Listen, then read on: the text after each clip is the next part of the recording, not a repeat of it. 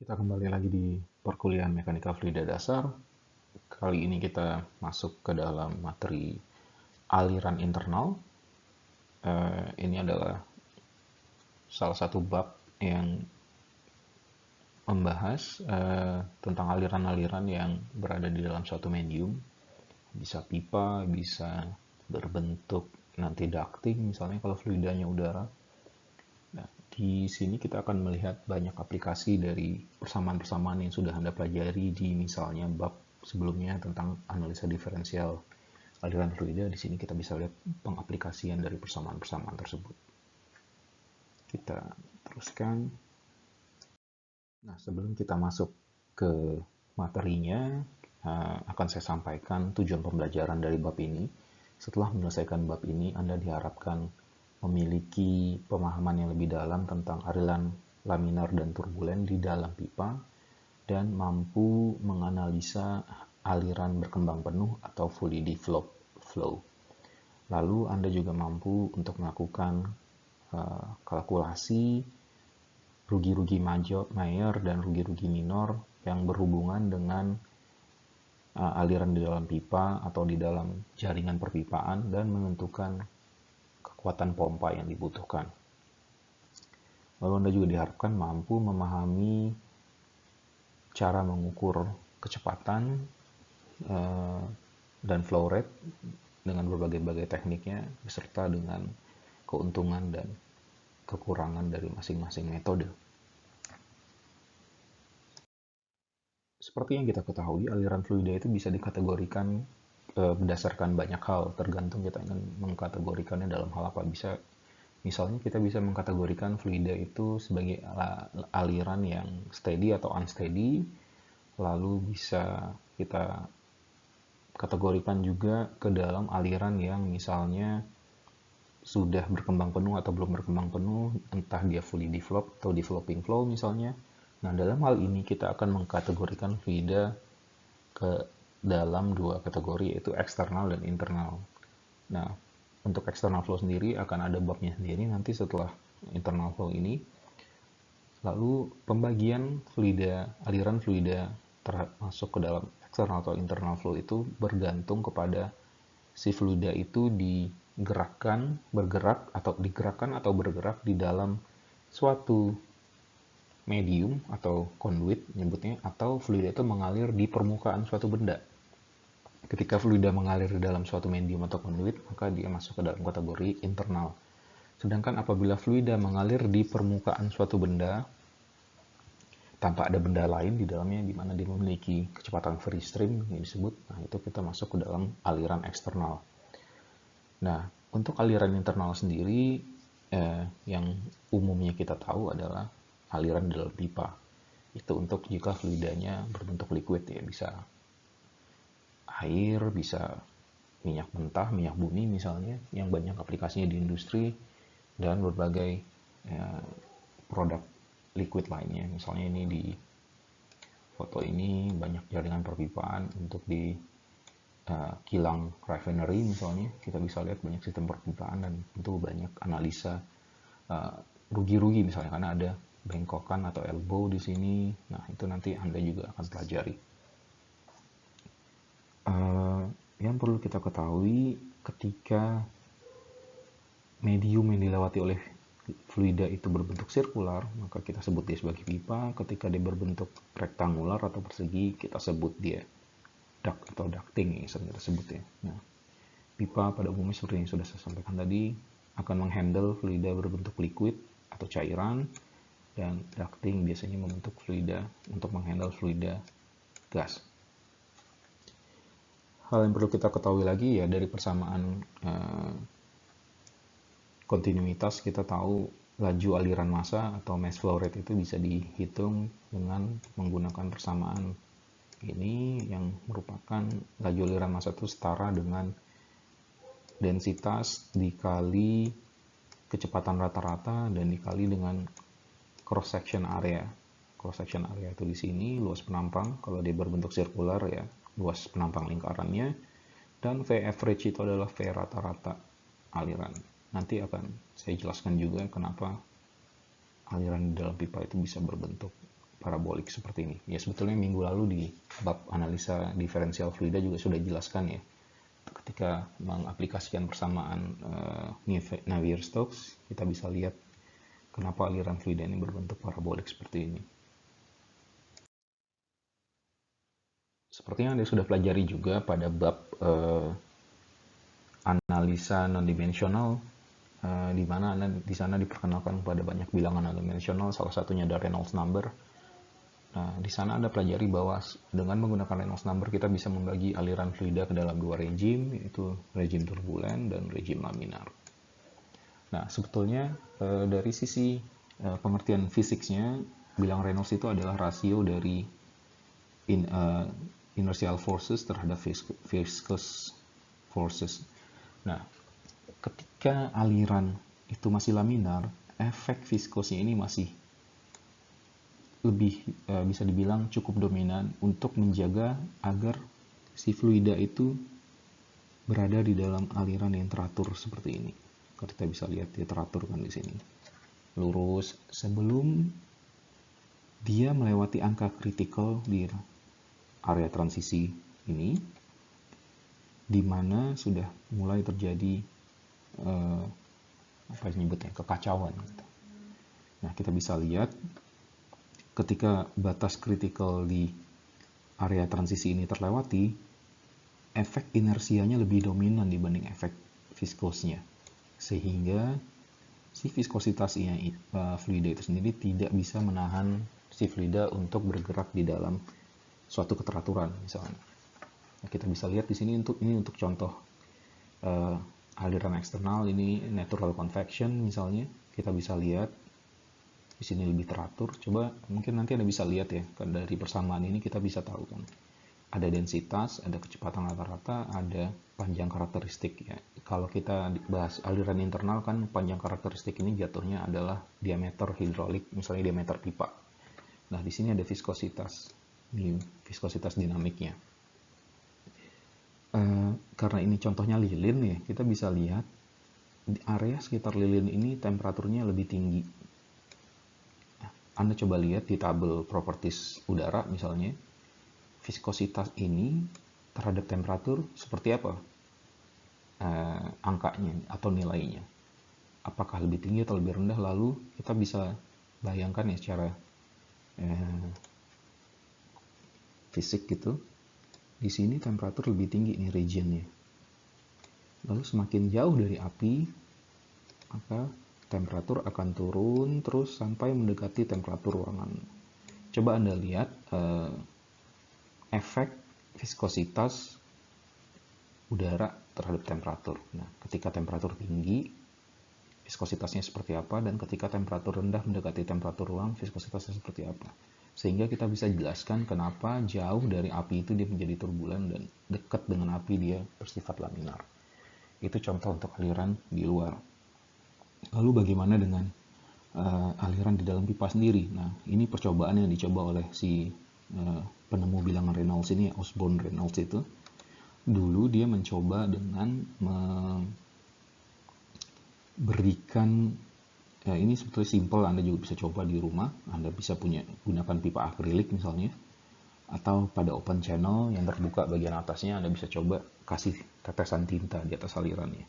Ketika laju alirannya relatif rendah, maka tetesan tinta itu akan membentuk garis lurus seperti ini dan teratur. Itu menunjukkan bahwa alirannya laminar. Tapi ketika Anda terus tingkatkan laju aliran fluidanya atau kecepatan fluidanya, maka dia akan teratur pada sedikit awalnya saja, lalu mulai masuk ke transisi hingga mencapai area turbulennya di sini. Nah, ini adalah salah satu contoh metode untuk memvisualisasikan aliran, apakah aliran itu laminar atau turbulen. Nah, yang menjadi faktor penentu aliran itu laminar atau turbulen dari suatu aliran misalnya itu bergantung pada beberapa hal. Pertama, geometrinya. Geometri ini masuk dimensi tentunya, diameter, panjang, lalu karakteristik material pipanya yaitu kekasaran permukaan, lalu dari alirannya sendiri, kecepatan alirannya, Dan ini temperatur permukaan bendanya atau temperatur pipanya. Ini nanti Anda akan pelajari lebih lanjut ya, karena di sini kita anggap fluidanya temperaturnya konstan, tapi ketika kita mainkan temperatur, Anda ini sudah masuk area perpindahan kalor, itu beda lagi nanti perkuliahannya. Dan jenis fluida. Nah, jenis fluida ini berarti beda fluida, beda viskositas. Nah, itu akan mempengaruhi apakah aliran fluida itu masuk ke area laminar atau turbulen. Yang perlu kita ingat lagi, L di sini artinya adalah panjang karakteristik. Nah, karena kita bicara aliran internal, umumnya kita tahu bentuknya pipa. Nah, itu kita selalu gunakan diameter pipanya langsung untuk mendapatkan panjang karakteristik ini. Padahal yang digunakan itu adalah yang disebut sebagai diameter hidrolik. Ya, diameter hidrolik itu sendiri persamaan dasarnya adalah luas cross section 4 kali luas cross section dibagi perimeter atau kelilingnya. Nah, ini kita bisa lihat di sini misalnya untuk berbentuk persegi sama sisi seperti ini, luas permukaannya 4 kali luas cross sectionnya adalah 4A kuadrat dan kelilingnya adalah 4A, sehingga didapatkan diameter hidroliknya sama dengan A atau panjang-panjang sisinya. Lalu bagaimana dengan yang berbentuk persegi panjang? Nah, diameter hidroliknya setara dengan 2 dikali tinggi dan lebar dibagi dengan tinggi tambah dengan lebarnya. Begitu juga dengan aliran open channel ya, yang bagian atasnya terbuka, itu memiliki diameter hidrolik yang sama dengan aliran yang memiliki diameter hidrolik 2 kalinya si yang closed channel seperti ini atau ducting kita sebutin. Setelah kita memahami bagaimana cara membagi aliran fluida masuk ke kategori laminar atau turbulen, sekarang ada satu bagian penting lainnya yang disebut sebagai area masuk atau entrance region. Nah, di sini kita bisa lihat ketika fluida memasuki misalnya mediumnya itu pipa ya, ataupun misalnya ducting, itu udara yang masuk, bentuk profil kecepatan itu akan rata seperti ini. Lalu dengan bertambahnya jarak yang dilewati, misalkan pipa ini punya diameter R ya, jari-jari R ke atas dan R itu sama dengan 0 di tengah dan ke bawah adalah misalnya min R. Kita bisa lihat dengan bertambahnya jarak ke arah X misalnya, profil kecepatannya ini akan berubah. Pertama, kurva akan mulai terbentuk di dua area sekitar dinding atas dan bawah, dan kurva itu akan semakin tajam. Kita bisa lihat di sini area di mana kecepatan tidak berubah misalnya, hingga nanti tercapai bentuk kecepatan yang seperti parabola sempurna ini. Nah, faktor yang menjadi signifikan ketika kita membahas entrance region itu adalah ini, dua garis merah ini, yang sering kita sebut sebagai lapisan batas atau boundary layer. Nah, kita bisa membagi aliran internal menjadi dua bagian sekarang. Area yang masuk ke dalam boundary layer atau viscous boundary layer atau lapisan batas, di area ini efek viskositas lebih dominan dibanding area yang ada di dalamnya, di dalam sini. Nah, area di dalam sini itu profil kecepatannya tidak berubah sepanjang aliran. Nah, sampai dia mencapai suatu titik di mana kecepatan itu tidak berubah lagi. Nah, itu kita masuk fully developed region. Fully developed itu secara simple bisa kita artikan kecepatan fluida itu, misalkan V, itu konstan terhadap arah X, di mana sepanjang apapun pipanya kita tambahkan, selagi V input tidak kita naikkan, maka profil kecepatannya ya akan seperti ini. Anda tarik di sini ya, bentuknya tetap parabolik juga di sini nanti.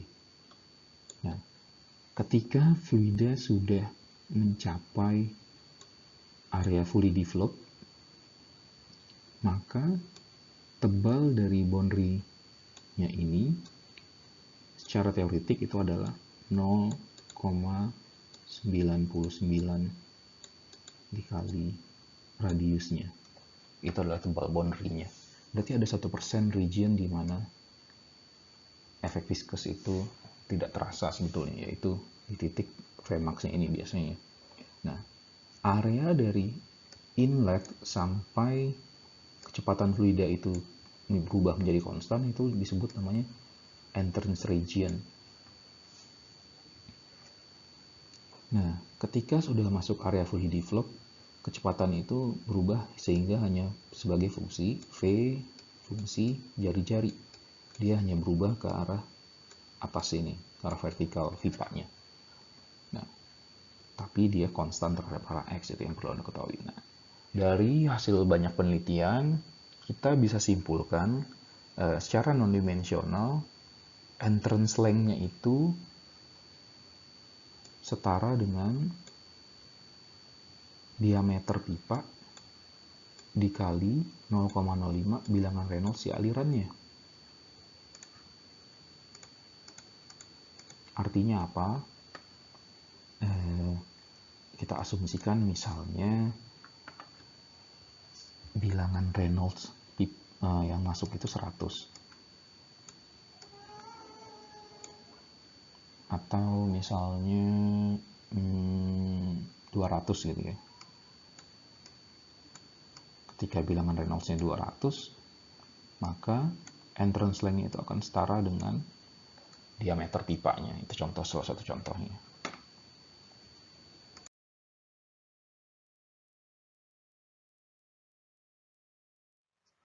Lalu parameter lainnya yang juga penting kita bahas dalam aliran internal adalah jatuh tekan atau pressure drop. Nah, pressure drop ini menjadi penting ketika kita merancang sistem perpipaan, di mana kita harus menghitung misalnya ketika panjang pipa, suatu pipa sistem pipa adalah L, kita harus tahu sepanjang dari titik 0 hingga X equal dengan L, misalnya di ujung pipa, saya di sini, ketika dia masuk panjangnya 0, titik 1 adalah X-nya sama dengan 0, dan di titik 2, X sama dengan L atau panjang pipa. Kita harus tahu sepanjang aliran ini, pressure-nya itu akan jatuh sebesar berapa. Nah, untuk menghindari jatuh tekan yang terlalu besar, biasanya kita gunakan pompa. Nah, untuk itu kita perlu menghitung yang namanya jatuh tekan atau pressure drop. Nah, secara umum karena bentuknya adalah delta P ya, sepanjang X, untuk dasarnya adalah P2 dikurang P1 dibagi dengan panjang pipa. Lalu kita tahu di persamaan kecepatan rata-rata untuk aliran itu setara dengan jari-jari dibagi 8 dikali mu viskositas dinamik dan dikali dengan delta P dibagi dengan delta X. Nah, kita combine dua persamaan ini sehingga kita bisa dapatkan delta P-nya. Nah, di sini berubah ya jadinya P1 dikurang P2 karena kita tahu tekanan itu pasti lebih tinggi ketika masuk dan dibanding ketika dia keluar. Yang P2 1 dikurang P2 itu sama dengan ketika delta P ini kita masukkan ke sini, kita bisa rearrange persamaannya menjadi 8 dikali viskositas dinamik dikali panjang pipa dikali rata-rata kecepatannya dibagi dengan kuadrat dari jari-jari, atau jari-jari kita ganti dengan diameter misalnya, sehingga di atasnya menjadi 32. Nah, hal lain yang perlu kita pertimbangkan adalah friksi antara permukaan pipa dan si fluidanya yang mengalir. Karena itu biasanya orang menggunakan istilah pressure loss yang merupakan pressure drop yang diakibatkan oleh efek viscous, dan pressure drop yang diakibatkan oleh viscous effect ini dia bersifat irreversible atau tidak bisa dikembalikan. Nah, karena itu mereka menyebutnya pressure loss. Persamaannya berbentuk delta PL sama dengan F atau friction factor dikali dengan panjang pipa dibagi diameter dikali densitas lalu kuadrat kecepatan dibagi 2. Nah, untuk friction factornya sendiri ini merupakan persamaan yang disebut sebagai Darcy friction factor. Dia setara dengan 8 dikali shear stressnya dibagi densitas fluida dan dibagi kuadrat kecepatan si fluidanya sendiri. Untuk Darcy friction factor tadi, dari begitu banyak data eksperimen sehingga bisa dibentuk persamaan empiris. Untuk misalnya aliran laminar di dalam pipa berbentuk sirkular, friction factornya itu adalah 64 dibagi bilangan Reynolds alirannya. Nah, ini persamaan empiris nyebutnya. Kita bisa lihat friction factor itu hanya bergantung kepada bilangan Reynolds alirannya selagi alirannya laminar pertama dan penampangnya berbentuk lingkaran atau pipa. Kita bisa gunakan persamaan ini sebagai approach untuk menghitung pressure loss-nya nanti. Gitu. Aspek lain yang perlu kita perhatikan adalah parameternya disebut head loss. Nah, head loss ini sebetulnya berhubungan dengan pressure loss. Kenapa disebut head loss? Ya seperti Anda tahu sebelumnya yang namanya head itu kan biasanya berbentuk ketinggian ya. Nah, sekarang atau zaman dulu para engineers itu berusaha untuk mencari ekivalensi nih, jatuh tekannya itu pressure di inlet dan outlet jika kita konversi ke dalam ketinggian kolom fluida itu berapa sih? Nah, sehingga mereka mempropos persamaan ini karena dari statika fluida Anda pasti masih ingat ya, delta P itu sama dengan rho dikali G dikali H. Nah, head loss ini adalah tinggi tambahan yang diperlukan oleh fluida dan dibutuhkan pompa kekuatannya berapa untuk mengatasi jatuh ketinggian ini. Sehingga kita bisa mendapatkan persamaan head loss itu dengan mengaplikasikan bersama statika fluida ini delta PL atau pressure loss dibagi dengan rho dikali G. Nah, kita tahu tadi dari slide sebelumnya pressure loss itu adalah friction factor L D V average dan kita masukkan efek rho dikali G-nya di sini. Nah, dengan kita tahu head loss, kita bisa menghitung daya yang dibutuhkan pompa untuk mengatasi. Kita bisa lihat dari dua aspek, pressure loss atau head loss. Nah, ketika kita gunakan pressure loss, daya pompa yang dibutuhkan itu setara dengan volumetric flow rate atau laju alirannya dalam meter kubik per second misalnya dikali dengan pressure loss.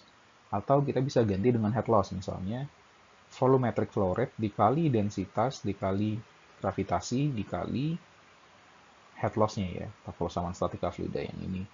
Atau ketika kita punya informasi laju aliran masanya bukan volumetric flow rate, rho dikali dengan volumetric flow rate itu kan setara dengan mass flow rate, sehingga kita bisa gunakan persamaan ini juga untuk menghitung daya yang dibutuhkan pompa untuk mengatasi head loss atau pressure loss.